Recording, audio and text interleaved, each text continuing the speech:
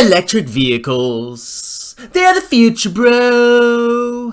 So just buy the EV stocks, no matter what the earnings are.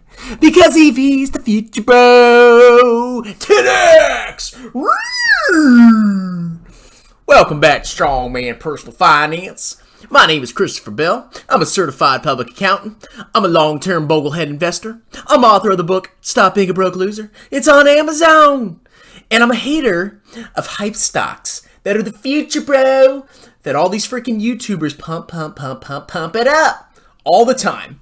Let's go on YouTube and let's see who's been pumping this stock. And then we're going to talk about what it is and whether it's a buy or not, in my humble opinion. ChargePoint stock. Let's see. So everything Money talked about it. I'm sure they wanted you to buy it. Okay, so I guess it's not as bad as I thought, but there are definitely some pumpers out there. Oh, Stockmo. Wow, I need to include his name in this video. So Stock BLO is actually pumping this stock. Not surprising in the freaking slightest. Now, what is ChargePoint all about? Charge electricity future by the stock, bro. ChargePoint Holdings operates as an electric vehicles like a Tesla charging network provider. It designs, develops, and markets networked electric vehicle charging system infrastructure and its cloud. Electric vehicles and the cloud. Future!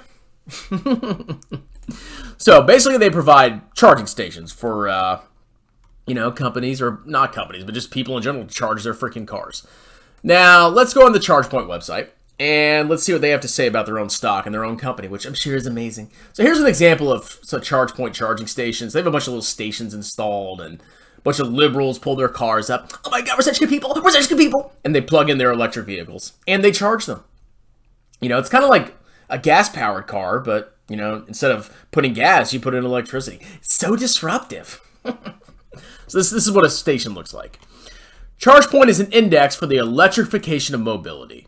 No need to choose the next winning EV brand. ChargePoint views all types of vehicles across use cases in parking lots, depots, and residential settings. We are the basket, so they're an index, for investing in automotive and mobility brands that are making the switch to electric. Now, let's see the numbers. They have 7 times more market share, 70% market share in charging stations. Wow, currently. In the network level 2 charging than the closest competitor in the United States. 5K commercial and fleet customers worldwide and growing. 13 years in business, and they still haven't turned a profit. 118,000 places to charge. Wow, this is so futuristic. But they're not profiting. Very, very, very interesting. Oh, and here's the best part. 462 million kilograms of greenhouse gas emissions avoided. Oh, they're such good people. Because the electricity came from the soy liberal amazing plant that doesn't produce any, fossil fuel emissions. Anyway, so here they talk about why they're a winning brand. But you always got to go look at the financials, okay? You can't trust these freaking clowns. You got to actually go look at the financials. So here they have their most recent earnings release. Q2 fiscal 2022 financial results published September 1st, 2021. So a very important thing that I want you to keep in mind. The vast majority, the diversity, another buzzword, of their revenue comes from North America. North America is not transitioning to electric vehicles nearly as fast as Europe or, a lot of Asian countries. So, keeping that in mind, you'll see that I don't think this company is going to grow as fast as some people think it's going to grow. So basically, yeah, the majority of its revenues come from the United States. Non-GAAP. See, a company's like massively unprofitable when they have non-GAAP gross. That's how they sell their stuff. It's non-GAAP. Non-GAAP operating expenses. GAAP is generally accepted accounting principles. How you actually are supposed to report your numbers. But, these clowns can manipulate it. So, let's go look and do a brief snapshot at Everything Money, and then we're going to look at the financials because I actually did vertical and horizontal analysis on their most recent quarterly report. So here's ChargePoint STOINK. It looks like it really started, well, I know it was a SPAC. I believe it merged in 2021 sometime. So basically the stock went freaking wild because it's the future, bro. And it is currently up. Let's see. Let's go back to Robin stock. So since it started, it's up 125%, but it's had some massive freaking fluctuations. Totally a hype stock. Market cap, $6.7 billion. I mean, it could maybe grow into that one day. Maybe. Price to sales, 48. And that's price to sales. So for every dollar of sales for this company, you're paying $48. You better have some serious growth there. Look at that, $6.7 billion market cap on $139 million of revenue.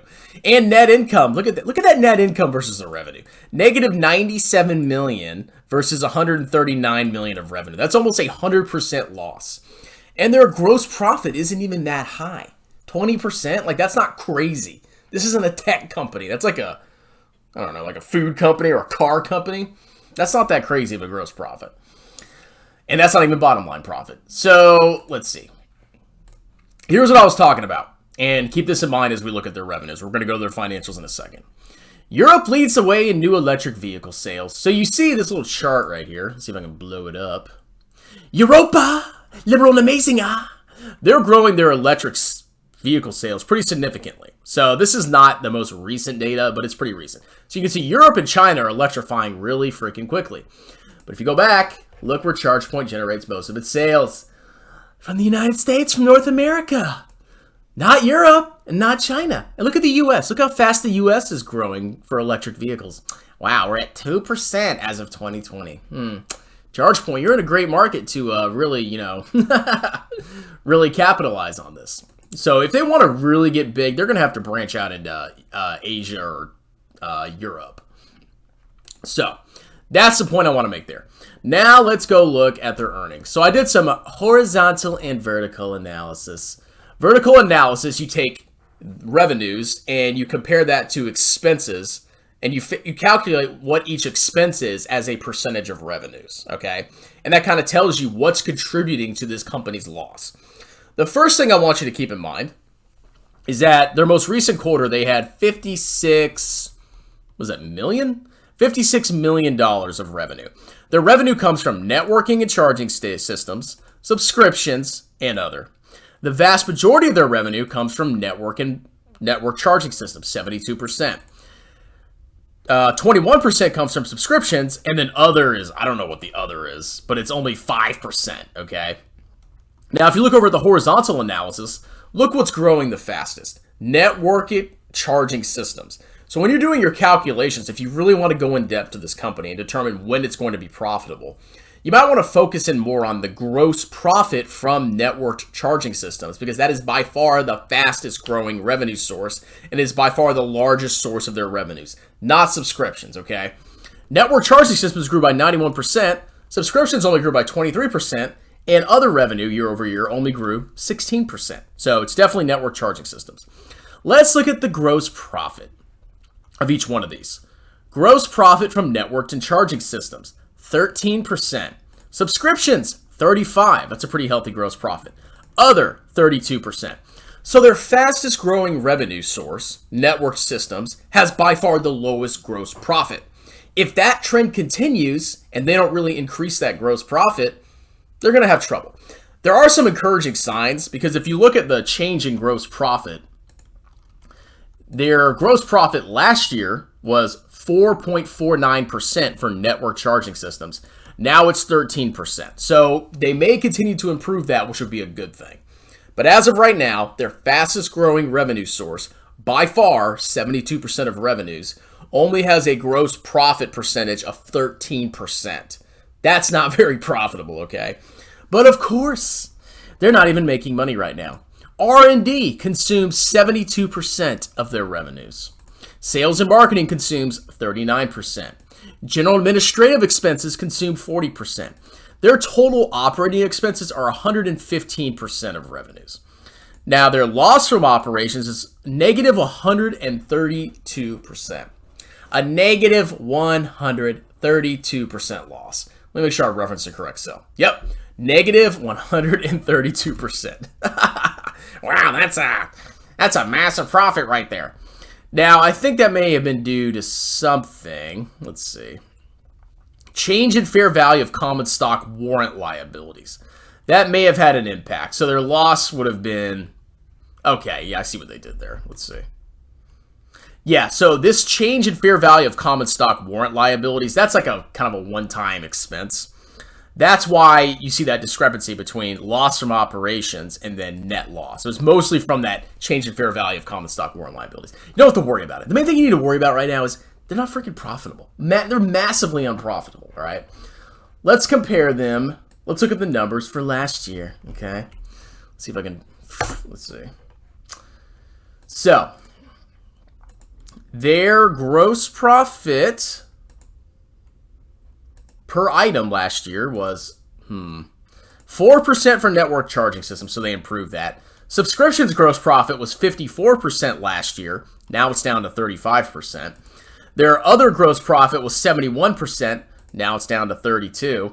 And their total gross profit is decreased from 25% to 19%. Wow, that's amazing. Now, let's see. Their loss was negative 100% last year. Wow. So they actually had a larger loss. And that's mostly due to, wow, they actually had a loss from warrant liabilities too. So it looks like I would focus more on losses from operations for now. Because you have all these random freaking charges. Warrant liabilities. That's what's causing these massive discrepancies between operating loss and net loss. So their operating loss for last year was negative 76 over the last 3 months comparative. And it's negative 132%. So their losses are increasing. All right. Let's go to their cash flow. Operating cash flow, negative $61 million. Over 6 months from July 1st, or January 1st, 2021 to July 31st, 2021, they burned $61 million. That's negative 63% cash burned as a percentage of revenues. These numbers are just delicious. And then we have last year, comparatively, they burned $50 million, and that was 74% of revenue. So they're burning less cash as a percentage of revenues, but they're still consuming cash at a massive rate. All right. And I wonder what they're going to have to do. Maybe dilute the shareholders to stay functional and in business. And then free cash flow is even worse. Negative 71% as a percentage of revenues and negative 83% the year prior, the 6 months prior. So it's just freaking horrible, man. So that's the main thing that concerns me. They're mostly in the United States. So even though we see these network charging systems growing by 91%, I don't think that 91% growth rate year over year is going to be sustainable because America is not electrifying nearly as fast as the other countries. As a matter of fact, I think I had an article pulled up. Let's see. I think they had a compounded rate somewhere. I think we're only electrifying at like 23% or something like that. Where was it? Okay, the fastest growth in EV sales have been in Europe. So Europe is selling EVs fast, and we're selling EVs in the US at a 17% compounded annual growth rate.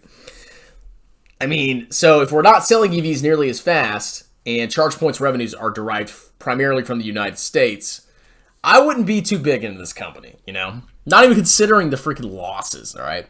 Another thing to consider is there's going to be lots of competitors. There's no moat to this freaking company, okay?